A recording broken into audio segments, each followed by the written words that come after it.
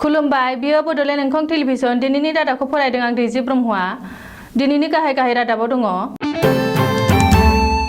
प्रमद बर'नि मासिया गिनांगौ गैया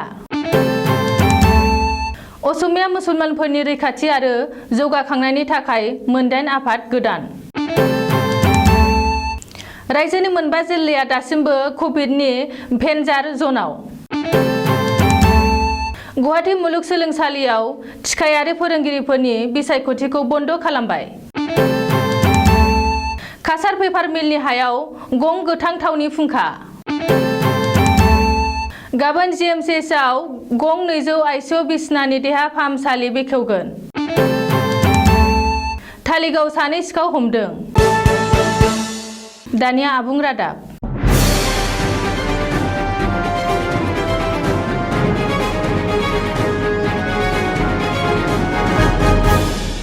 प्रमद बर'नि मासियाव हुमखि फैदों प्रमद बर'आ थाबैनो मासि गोमाजानो हागौ हाग्रामा महिलारिया बिजेपिजों आखाइ हमना प्रमद बर'नि मासिखौ सेगोन होननानै गोख्रों सावरायनाय आरो आराव जानाया बेयावनो थुंगेबाय बिटिसिनि गाहाय प्रमद बर'आ मासिखौ लानानै गिनांगौ गैया हाग्रामाया प्रमद बर'नि मासिखौ सेनो हाया आरो प्रमद बर'नि सोरखारा बायनानै थाङा फैबाय थानाय 5 बोसोराव प्रमद बर'आनो बिटिसिनि चिफ जागोन होननानै रोखा खावलायबाय गिबि मन्थ्रि डक्टर हेमन्त बिश्व शर्मा आरो आसाम रायजोआरि बिजेपिनि आफादगिरि भबेश कलिताया मख'नो गोनांदि बिधानसभा बिसायख'थियाव जेननांनायनि उनाव आरो क'क्राझार हाथियार बोखांनो हानाय जाथायनि सायाव NIN नि नायबिजिरनाया जागायनायनि उनावनो हाग्रामा महिलारि आरो BPF दोलोआ महाजरखौ नागारना बिजेपि मित्रजोटआव आखाइ हमनो नाजानायखौ नुनो मोन्दों बेजों लोगोसेनो BPFआ बिजेपिजों आखाइ हमना फिन बिटिसि दखल खालामनो सोलो बाहायदों होननानै खौरां बिजोङाव जोबोरैनो सावरायनाय जादोंमोन आरो आराव जादोंमोन बे समावनो गिबि मन्थ्रि डक्टर हेमन्त बिश्व शर्माया BPFजों राजखान्थियारि जेबो सावरायाखै आरो बिजेपिनो मेजरिटिनि गोनांथि गैया होननानै खौरांगिरि मेलनि गेजेरजों रोखायै फोसावदों बेजों लोगोसेनो BPFनि आफादगिरि आरो बिटिसिनि गाहाय हाग्रामा महिलारिनि सिमाङा फिन खनसेबाव फेलें जायो आरो बिजेपिजों आखाइ हमना बिटिसिखौ फिन दखल खालामनो नाजानाया हाग्रामानि सिमाङा फेलें जाबावबाय होननानै रायजो नाङै सावरायनाया सोलिफुदों भारत उदांस्रिनि उनाव गिबि खेबनि थाखाय गिबि मन्थ्रि डक्टर हेमन्त बिश्व शर्माया मैया धोरोमारि बाङाइ सुबुं सानखो हारिनि सा 150 निबो बांसिन गागि सोद्रोमा आरो दैदेनगिरिफोरजों मोनसे जर'खा मेलाव बाहागो लायो खानापारानि एडमिनिस्ट्रेटिभ स्टाफ कलेजाव जखम जानाय बे मेलाव मुसलमानफोरनि जेंना जेंगोनाफोरा आरो बेखौ सुस्रांनायनि बागै सावरायनाय जायो बबेखानि बे मेलाव गिबि मन्थ्रि असमिया मुसलमानफोरनि सिनायथिखौ रैखाथि होनांगोन होननानै बुंनायजों लोगोसे असमिया मुसलमानफोरनि रैखाथिनि सायाव खामानि मावनो थाखाय मोनदाइन दालाय आफाद दानाय जागोन होननानैबो बुङो बे मोनदाइन दालाय आफादफोरा असमिया मुसलमानफोरनि सोलोंथाइ सुबुं सानखो बेफ्रुनायखौ होबथानाय हारिमु रैखाथि होनाय रांखान्थियारि जौगाखांहोनाय आइजोफोरखौ रैखाथि होनाय आरो जौगाथायनि सायाव आलादा खामानि मावगोन होननानैबो रोखायै बुंदों गिबि मन्थ्रि डक्टर हेमन्त बिश्व शर्माया रिपर्ट बायदिब्ला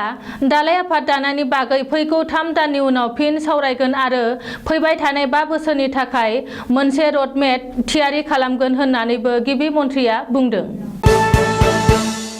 आसामाव लासैनो रुइलांनो लागै लाबाय महामारी कर'ना भाइरास एबा कभिडनि गाग्लोबनाया नाथाय रायजोनि मोनबा जिल्लायाव दासिमबो कभिडनि गाग्लोबनाया खमायनायनि मुं लायाखै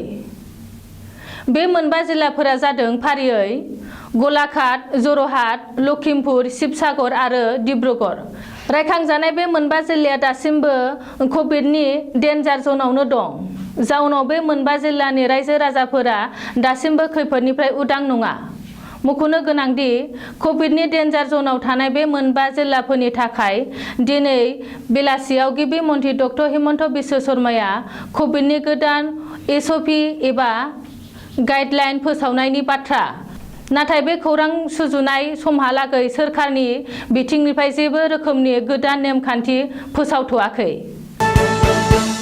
गुवाहाटी मुलुगसोलोंसालिनि थिखायारि फोरोंगिरिफोरनि सिबिथायखौ बन्द खालामबाय रायजो बेंगिरि प्रफेसार जगदीश मुखिया। गुवाहाटी मुलुगसोलोंसालिनि थिखायारि फोरोंगिरिफोरनि सिबिथायखौ बन्द खालामनो बिथोन होदों। रायजो बेंगिरिनि बिथोननि उनावनो गुवाहाटी मुलुगसोलोंसालियाव थिखायारि फोरोंगिरिफोरनि बिसायख'थिखौ बन्द खालामना होनाय जायो। मख'नो गोनांदि रायजो बेंगिरिनि बेबायदि बिथोन होनाया जोबोरैनो दुखुनांथाव होननानै गुवाहाटी मुलुगसोलोंसालिनि खुंथायजों लोगोसे आसुआ बुंदों। बेजों लोगोसेनो गंसे मुलुगसोलोंसालिया माखासे बिथिङाव उदांस्रि थानाया गोनांथार होननानै दाबि खालामदों। कासार पेपार मिलनि हा सिङाव दं गोथां थावनि फुंखा। कासार पेपार मिलनि हा सिङाव खमथारब्लाबो मोनथाम थाव फुंखा दं। ONGCआ बे थाव फुंखाफोरखौ संना मोननायनि उनाव बेनि थाखाय गोरोबथायाव सागानबो होनाय जादोंमोन। नाथाय निलामनि फोसावनाय कासार पेपार मिलनि हायाव थानाय थाव फुंखाफोरनि बेसेनखौ सरजाबफानाय जायाखै होननानै फोसावदों कासार पेपार मिलनि लेबार इउनियना। गुवाहाटी मेडिकेल कलेज देहा फाहामसालिया आरोबाव गं 200 ICU बिसनानि कभिड हस्पिटाल मोनसिगोन।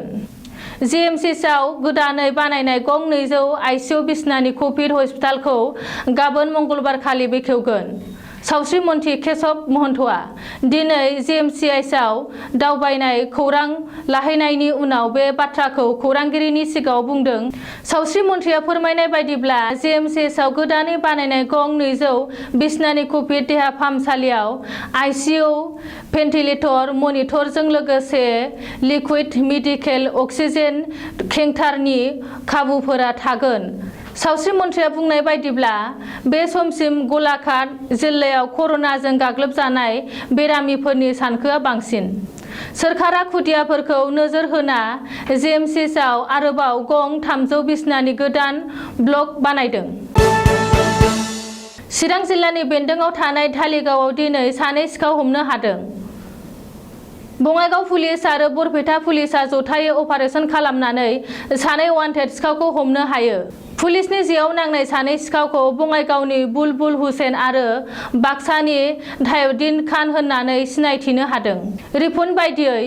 हमजानाय सानै सिखावनि हेंथायै सिगाङावनो केस थिसनखानाय जादों आरो नागिरनाया सोलिगासिनो दंखायोमोन आरो दिनै सानैबो सिखावआ पुलिसनि जेआव नाङो। बबेखानि सिखावफोरजों लोगोसे थरथाम बेटारि गंनै इनभार्टार गंसे लेपटप इन्जुराव सिथाबग्रा गंसे टिभि आरो खावनानै लाबोनाय माखासे मुवा बेसादफोरखौ पुलिसआ बोखांनो हायो। दिनैनि रादाबा एसेनोसै, गोजोन्थों।